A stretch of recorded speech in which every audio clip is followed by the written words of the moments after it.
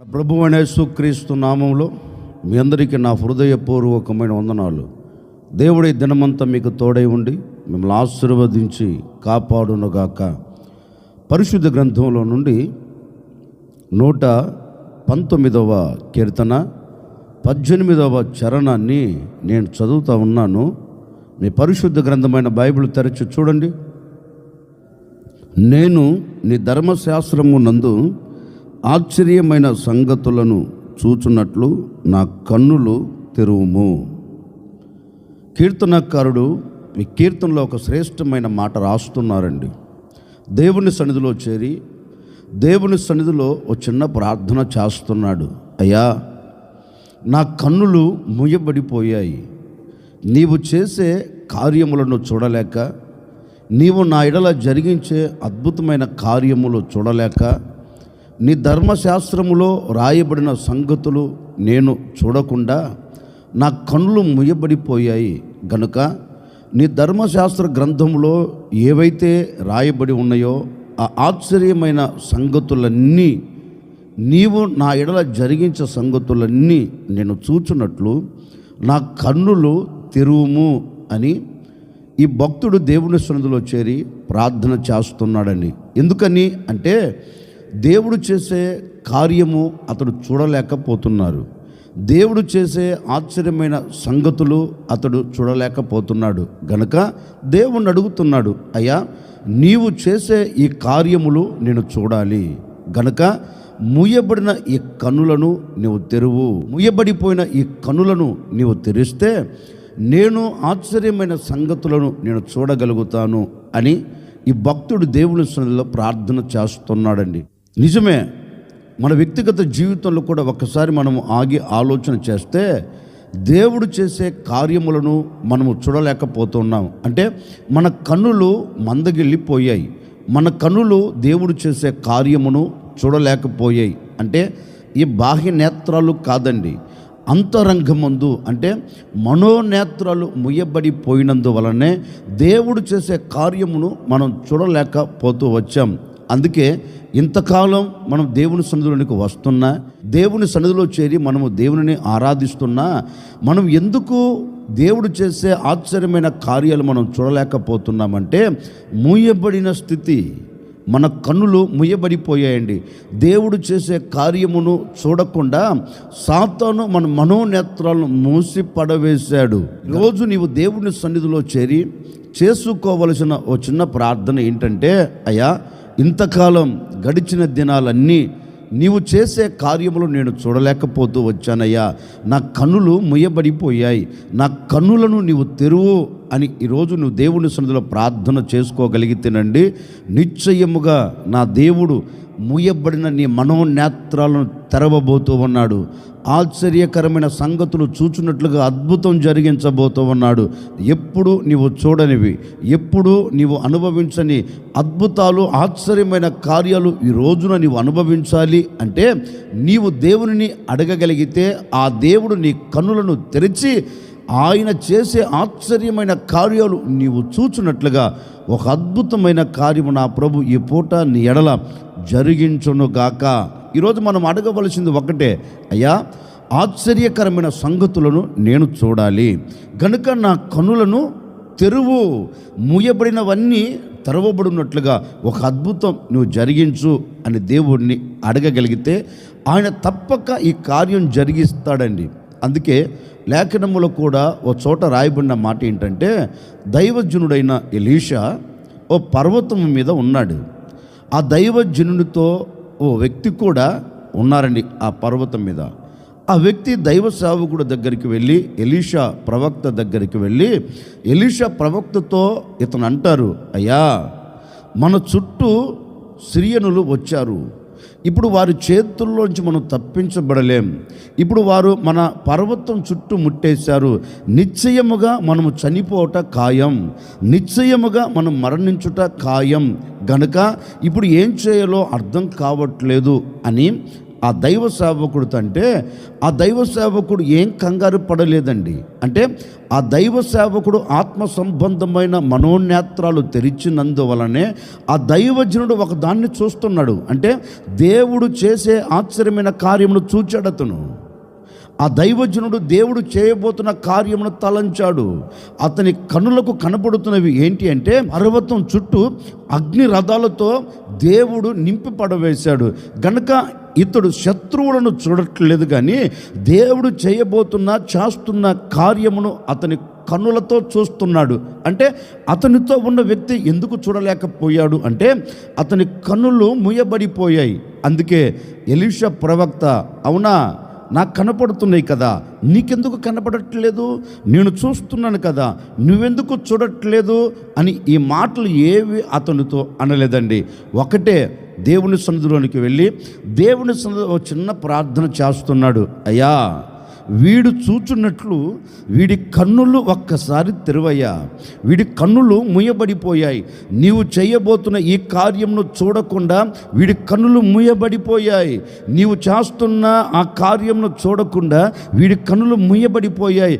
కనుక ఒక్కసారి ఇతని కన్నులను నీవు తెరిస్తే నీవు చేసే ఒక అద్భుతమైన కార్యమును ఇతగాడు చూడగలుగుతాడు అని దేవుని సన్నిధిలో అతడు ప్రార్థన చేస్తానండి. లేఖనంలో చక్కగా రాయబడిన మాట ఏంటో తెలుసా? దేవుడు అతని కన్నులు తెరిచినందువలన ఆ పర్వతము చుట్టూ అగ్ని రథాలను చూడగలిగాడు. ఒకప్పుడు ఎందుకు చూడలేకపోయాడు అంటే మూయబడిపోయాయి. ఇప్పుడు ఎందుకు అతడు చూడగలిగాడు అంటే లేఖనం అంటుంది, దేవుడు అతని కన్నులను తెరిచినందువలన అగ్ని రథాలను చూడగలిగాడు. నిజమే. ఈ ఉదయకాల సమయంలో నేను కూడా మీతో చెప్పాలి అనుకున్న మాట ఏంటంటే, ఒకవేళ ఈ క్షణం వరకు దేవుడు చేసే కార్యమును నువ్వు చూడకుండా, దేవుడు చేసే అద్భుతమైన కార్యము నువ్వు అనుభవించకుండా, నీ కన్నుల ఎదుట కనపడుతున్నప్పటికీ, నీ కన్నుల ఎదుట నిలిచి ఉన్నప్పటికీ చూడలేని మందత్వం కలిగిన ఆ దృష్టితో నువ్వు నడిపించబడుతున్నావేమో. ఇక ఏం చేస్తాడులే, ఇక ఏం చూస్తానులే, నా బ్రతుకులో ఒక్క కార్యం జరగట్లేదు అని కృంగిపోవలసిన అక్కర్లేదండి.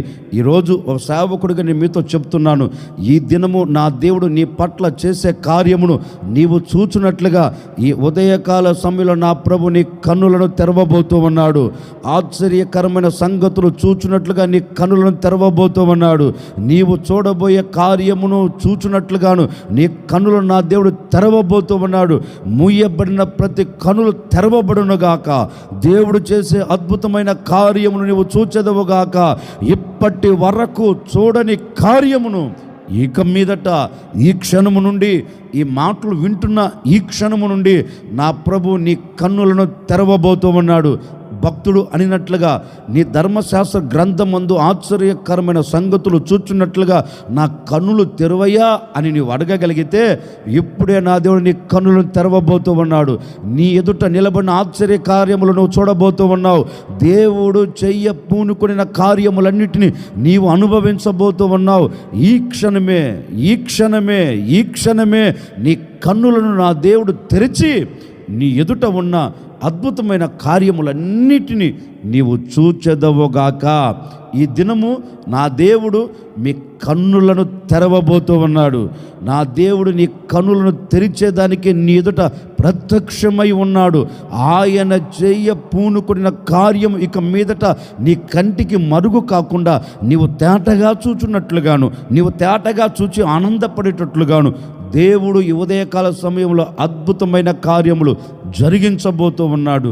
గనుక నీవు ఆ చిన్న ప్రార్థన, నేను ఆశ్చర్యకరమైన సంగతులను చూడాలయ్యా అని ప్రార్థన చేస్తే తప్పక నా ప్రభు నీ కన్నులను తెరుచునుగాక.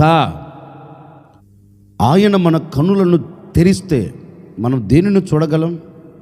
ఒకరోజు ఇంట్లో ఉన్న యజమానుడు కట్టుకున్న భార్యను పిలిచి ఆవిడతో ఓ మాట అంటున్నాడు, అమ్మా, నీవు నా ఇంట్లో ఉండేదానికి వీలు లేదు గనక నీవు నీ కుమారుని తీసుకొని వెళ్ళిపో అని ఆ అమ్మకి అంత ఆహారాన్ని, అంత నీళ్ళ బాటిల్ను ఇచ్చి సాగనంపాడండి.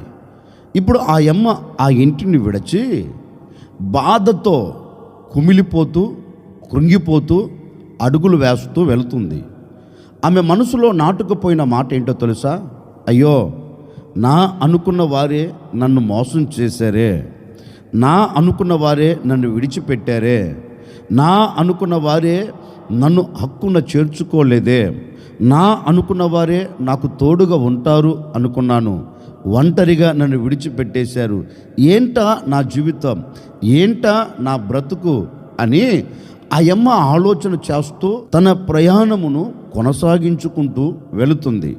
కొంచెం దూరం వెళ్ళేలోపు తీసుకొని వెళ్ళిన ఆహారం అయిపోయింది, తీసుకొని వెళ్ళిన నీళ్లు అయిపోయాయి. ఇక ఆ యమ్మ మనసులో ఒక ఆలోచన కలిగింది. ఎందుక నేను బ్రతకటం, వీటన్నిటినీ నేను అనుభవించలేను. పడుతున్న బాధలు, పడుతున్న నిందలు, పడుతున్న అవమానాలు ఇక నేను భరించలేను. నాకు కలిగినది ఇక ఒకటే, ఇక నేను ఈ అరణ్యములో చనిపోవటం మంచిది అని నిస్సహాయ స్థితిలో గొప్పగా కోల్చబడిన ఆవిడ తన చేతుల్లో ఉన్న బిడ్డను ఇసిరి కొట్టి ఆ యమ్మ ఒక చోట చేరి కన్నీరు కారుస్తుందండి. అయ్యో, ఏంటా నా జీవితం, ఏంటా నా బ్రతుకు అని పరిస్థితులన్నిటిని తలంచుకొని తను ఎదుర్కొన్న ఆ అవమానాలన్నిటిని తలపోసుకుంటూ తనకు కలిగిన శ్రమ అంతటినీ తన మనసులో ఒక్కసారి జ్ఞాపకము తెచ్చుకొని అన్నిటి మధ్యలో నలపబడుతూ ఇక మరణానికి దిగజార్చబడాలని కంకణము కట్టుకొని అరణ్యములో ఒంటరిగా నిలిచిపోయిందండి. ఇక ఆమె మనసులో ఆలోచన ఒక్కటే, నేను చావాలి, నా కుమారుడు చనిపోయిన తర్వాత నా జీవితంలో కూడా నేను ముగించుకోవాలి అన్నట్లుగా అండి అల్లంత దూరాన కూర్చొని కన్నీరు కారుస్తూ ఏడుస్తూ విలపిస్తూ కృంగిపోతూ దేవుని వైపు చూచినట్లుగా ఒక్కసారి ఆకాశం వైపు తన కన్నులు ఎత్తిందండి. ఇక ఎవరు నన్ను ఆదుకోగలుగుతారు, ఇక ఎవరు ఈ పరిస్థితుల్లో నన్ను ఓదార్చగలుగుతారు? ఓదార్చగలిగిన భర్తే నన్ను ఇంటిలో నుంచి గెంటి పడవేశాడే, ఆదరించవలసిన అక్కే నన్ను నవ్వుల పాలు చేసి ఇంటి నుండి నన్ను దూరం చేసిందే, ఇంకా ఎవరు నాకు దిక్కు అన్నట్లుగా అండి ఆ యమ్మ కన్నీరు కరుస్తూ గొప్పగా కొల్చబడింది. ఆమెను సృష్టించిన దేవుడు ఆమెను మర్చిపోలేదండి.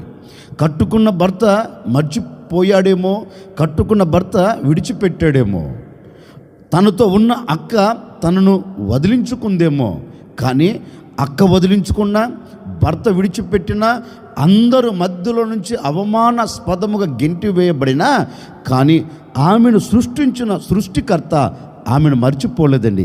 ఆమెను మర్చిపోకుండా ఆమెతో ముద్దుగా ముచ్చటగా మాట్లాడుతూ ఉన్నాడు. హాగరు, నీకేమొచ్చిందమ్మా? ఎందుకు ఈ అరణ్యములో కన్నీరు కారుస్తున్నావు? ఎందుకు ఈ అరణ్యములో వేదన చెందుతున్నావు?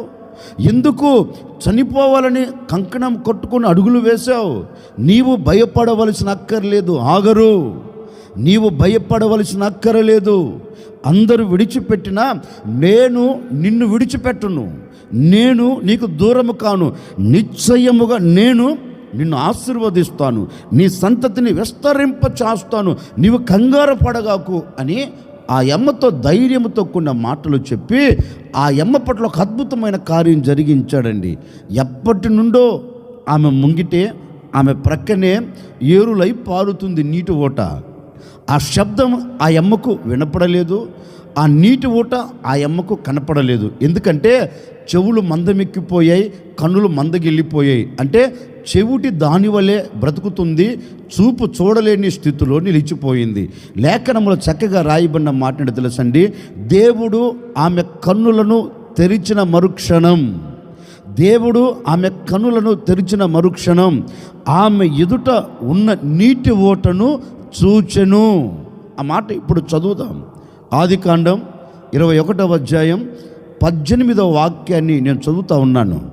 నీవు లేచి ఆ చిన్నవాణ్ణి లేవనెత్తి నీ చేత పట్టుకొనుము, వానిని గొప్ప జనముగా చేసేదనని ఆమెతో అనెను. మరియు దేవుడు ఆమె కన్నులు తెరిచినందున ఆమె నీళ్ళ ఊట చూచి వెళ్ళి ఆ తిత్తిని నీళ్ళతో నింపి చిన్నవానికి త్రాగనిచ్చెను. లేఖనం చక్కగా చెప్తున్న మాట ఏంటంటే, ఆమె అప్పటి వరకు నీటి ఊటను చూడలేదండి. అప్పటి వరకు ఆమె దాహము తీర్చబడక కన్నీళ్ళ మధ్యలో నిలిచిపోయి ఉంటే దేవుడు ఆమెకి ఏది అవసరమో ఆ సమయమున అది ఆమె ఎదుట కనపడినట్లుగా ఆమె కన్నులను దేవుడు తెరిచాడండి. అంటే దేవుడు ఆ చోట నీటి ఊటను ఉంచాడు, కానీ చూడలేని స్థితి. దేవుడు ఆమె ఎదుట నీళ్ళ ఊటను పెట్టాడు, కానీ ఆ నీళ్ళ ఊటను చూచి ఆమె దాహము తీర్చుకోలేని స్థితిలో కన్నులు మూయబడిపోయాయి. అందుకే దేవుడు ఆగరుతో అంటాడు, ఆగరు, నీ ఎదుట ఉన్న నీటి ఊట నీవు చూచినట్లుగా ఒక అద్భుతమైన కార్యము నేను జరిగించబోతూ ఉన్నాను అని ఆమె కన్నులను ముట్టగా, ఆమె కన్నులను తెరవగా ఆమె ఆ నీటి ఊటను చూచి తృప్తి పొందిందంటండి, దాహము తీర్చబడిందంటండి. అప్పటి వరకు ఏం కలిగింది? నిస్సహాయ స్థితి. అప్పటి వరకు ఏం కలిగింది? మరణ అవస్థలకు వెళ్ళాలని ఆలోచన. అప్పటి వరకు ఆమె ఎలా నడిపించబడుతుంది? ఇక లోకంలోంచి నేను లోకాన్ని ముగించుకొని వెళ్ళిపోవాలని మనసులో ఒక తలంపు. కానీ దేవుడు ఆమెను విడిచిపెట్టకుండా ఆమె కన్నులు తెరిచినందున ఆమె దానిని చూడసాగింది. నిజమే కదండి, ఆగరు జీవితంలో కలిగినట్లుగా మన జీవితంలో ఎన్నో ఆటుపోట్లు కలుగుతూ వచ్చాయి. ఈ ఒక్కసారైనా దేవుడు నా పట్ల అద్భుతం చేస్తే బాగుండు, ఈ ఒక్కసారైనా దేవుడు నా పట్ల కార్యం చేస్తే బాగుండు, ఈ ఒక్కసారైనా ఆయన మేలు నా ఇళ్ళ జరిగిస్తే బాగుండు అనుకుంటున్నావు. కానీ ఆయన చెయ్యాలని ఆ కార్యములన్నీ ఎదుట పెట్టాడు, కానీ నీవే చూడలేని స్థితిలో ఉన్నావు. నీవే దానిని పొందుకొనని స్థితిలో నిలిచిపోయావు గనుకనే ఆ కార్యములు నువ్వు చూడలేకపోయావు. చూడకుండా పోయేదానికి ఏమైపోయిందంటే నీ కన్నులు, నీ మనోనేత్రాలు సాతాను మూసి పడవేశాడు. దేవుడు చేసే కార్యమును నీవు చూడకుండా, నీవు ఆ కార్యమును అనుభవించకుండా సాతాను మూసివేశాడు గనుకనే ఆ కార్యమును చూడలేకపోతూ వచ్చావు. ఈ ఉదయకాల సమయంలో ఓ సేవకుడిగా నేను మీతో చెప్తున్నాను, ఇప్పటి వరకు బాధపడ్డావో, ఇప్పటి వరకు అవమానకరంగా బ్రతికావో, ఇప్పటి వరకు నిందలు అనుభవిస్తూ వచ్చావో, ఇప్పటి వరకు సమస్యల సుడిగుండాలలో చుట్టబడిపోయి కృంగిపోయి కృషించిపోయి లేవలేక ఏ కార్యము జరగట్లేదని అట్లాగే పతనావస్థలకి వెళ్ళాలని నీవు కంకణము కట్టుకున్నావేమో. నీకే నా ప్రభు ఒక శుభవార్త చెప్తున్నారు. ఈ ఉదయకాల సమయంలో నా ప్రభు నీ కన్నులను తెరవబోతూ ఉన్నాడు. ఇప్పటి వరకు నీ ఎదుట నున్నవి నీవు చూడకుండా మూయబడిన కన్నులను నా దేవుడు తెరవబోతూ ఉన్నారు. నిశ్చయముగా నీ బ్రతుకునకు కావలసిన కార్యము నీవు చూచున్నట్లుగా, నీ కుటుంబానికి కావలసిన కార్యము నీవు చూచున్నట్లుగా, నీ పిల్లలకు కావలసిన కార్యము నీవు చూచున్నట్లుగా, నీ బ్రతుకుల్లో కలుగునట్లుగా ఒక అద్భుతమైన కార్యము నీవు చూచున్నట్లుగా నా దేవుడు ఈ ఉదయకాల సమయంలో మీ కన్నులను తెరవబోతూ ఉన్నాడు. ఆగరు కన్నులను తెరిచి ఆమె ఎదుట నీటి ఓటను పెట్టి ఆమె దాహము తీర్చినట్లుగాను నా దేవుడు ఈ ఉదయకాల సమయంలో నీ కన్నులను తెరిచి నీ కుటుంబానికి కావలసిన ప్రతి కార్యమును నీవు అనుభవించేటట్లుగా, నీవు చూచేటట్లుగా, నీవు పొందుకునేటట్లుగా దేవుడు అద్భుతమైన కార్యములు జరిగించబోతూ ఉన్నాడు. ఈ దినమే నా దేవుడు చేసే కార్యం నువ్వు అనుభవించేదవుగాక, నీవు పొందుకునేదవుగాక. నిశ్చయముగా నా దేవుని సంకల్పం నీ కుటుంబం పట్ల నా దేవుడు నెరవేర్చి ఆనందకరంగాను ఆశీర్వాదకరంగాను ఈ దినమంతా నీవు సాగి వెళ్ళుదువుగాక. ఎక్కడా ఎప్పుడు నీ కన్నులు ముయ్యబడకుండా నా దేవుడు చేసే ఆశ్చర్యమైన కార్యాలు నీవు చూచున్నట్లుగా నా దేవుడు నీ కన్నులను తెరవబోతూ ఉన్నాడు. ఇప్పటి వరకు చూడని కన్నులు ఇక మీదట నా దేవుడు చేసే కార్యములు చూడబోతూ ఉన్నవి. ఇక నీ నోట నువ్వు చెప్పగలవు, ఇక నీ నోట ఆ మాట రాబోతుంది. నా దేవుడు నా పట్ల కార్యములు జరిగించాడు, నా దేవుడు నా పట్ల అద్భుతాన్ని జరిగించాడు, నా దేవుడు నా పట్ల నేను అనుకొనని కార్యములు నా దేవుడు చేశాడు అనే మాట నీ నోట వచ్చినట్లుగా, నీ కన్నులు చూచున్నట్లుగా, నీ మనసు ఆనందపడినట్లుగా, నీ కుటుంబం సంతోషించి పరవశించినట్లుగా ఈ దినమే నా ప్రభువు నీ పట్ల అద్భుతమైన కార్యం జరిగించబోతూ ఉన్నాడు. ఒకవేళ ఇప్పటి వరకు నీ వ్యాపారంలో అద్భుతం చూడకుండా, నీ చేతి పనిలో అద్భుతం చూడకుండా, నీ ఉద్యోగంలో అద్భుతం చూడకుండా, నీ ఆత్మీయతలో అద్భుతం చూడకుండా, నీ కుటుంబంలో అద్భుతం చూడకుండా ఒకవేళ సన్నగిల్లిపోయి సత్తిగిలబడిపోయి ఇక ఏంటా నా బ్రతుకు మారదా, నా బ్రతుకులో ఒక మార్పు కలగదా అన్నట్లుగా నీవు కృంగిపోయి పడిపోయి నిస్సహాయ స్థితిలో నిలిచిపోయావేమో నాకు తెలియదండి. ఈ ఉదయకాల సమయంలో నా ప్రభు ఎక్కడా నీకు అపజయం కలగకుండా, ఎక్కడా నీకు అవమానము సమీపించకుండా నా దేవుడు నీ చేతి పనులు అద్భుతం జరిగించబోతూ ఉన్నాడు. నీ వ్యాపారంలో అద్భుతం జరిగించబోతూ ఉన్నాడు. నీ కుటుంబంలో అద్భుతమైన కార్యం నెరవేర్చబోతూ ఉన్నాడు. ఎక్కడ నిలబడిన నీవు అద్భుతమైన కార్యములే చూడబోతూ ఉన్నావు. ఆ కార్యములు చూచున్నట్లుగా నా ప్రభు నీ కన్నులను, మీ కన్నులను నా ప్రభు తెరవబోతూ ఉన్నాడు. యేసు నామములో మూయబడిన ప్రతి కన్నులు తెరవబడునుగాక. తెరవబడిన ప్రతి కన్నులు నా యేసయ్య చేసే కార్యములు చూచెదరుగాక. అందుకే భక్తుడు అంటాడు, నీ ధర్మశాస్త్ర గ్రంథం ముందు ఆశ్చర్యకరమైన సంగతులు చూచినట్లుగా నా కన్నులు తెరవయ్యా. అంటే ఆయన మన కన్నులను తెరిస్తే మనం ఏం చూడబోతున్నామంటే, దేవుడు మన కొరకు దాచి ఉంచిన, దేవుడు మన కొరకు సిద్ధపరిచిన, దేవుడు మనం అనుభవించాలని మన ఎదుట తీసుకొని వచ్చి పెట్టిన ఆశ్చర్యమైన కార్యాలు, అద్భుతమైన కార్యాలన్నిటినీ మనం చూచి మనం పొందుకొని ఆనందకరంగా నిలిచి ఉండబోతూ ఉన్నాం. ఓ సేవకుడికి మనసారా కోరుకుంటున్నానండి, నా ప్రభు మీ కన్నులను తెరచి మీ కుటుంబాల పట్ల అద్భుతమైన కార్యములు జరిగించునుగాక.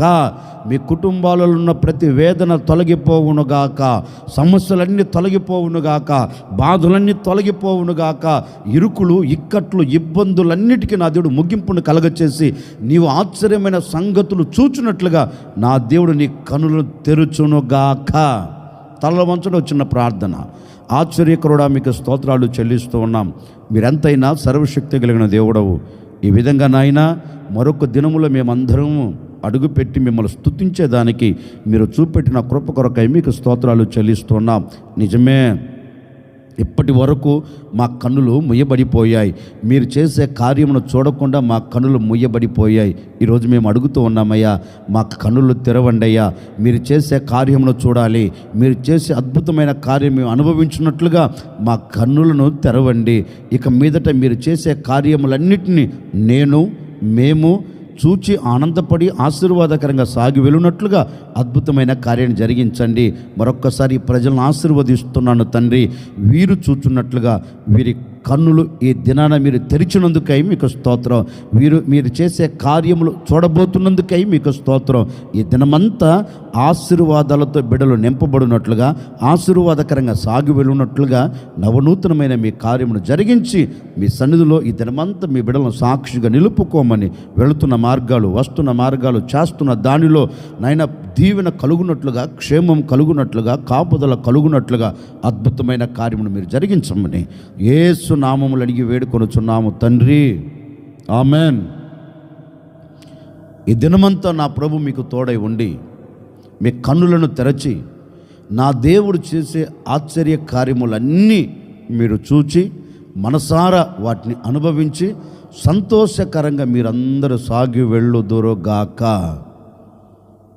ఈ దినం పుట్టినరోజు జరుపుకుంటున్న ప్రతి ఒక్కరికి నా దేవుడు ఆశీర్వాదాన్ని, దీవెన, కాపుదల, క్షేమం, శుభం కలుగచేయునుగాక.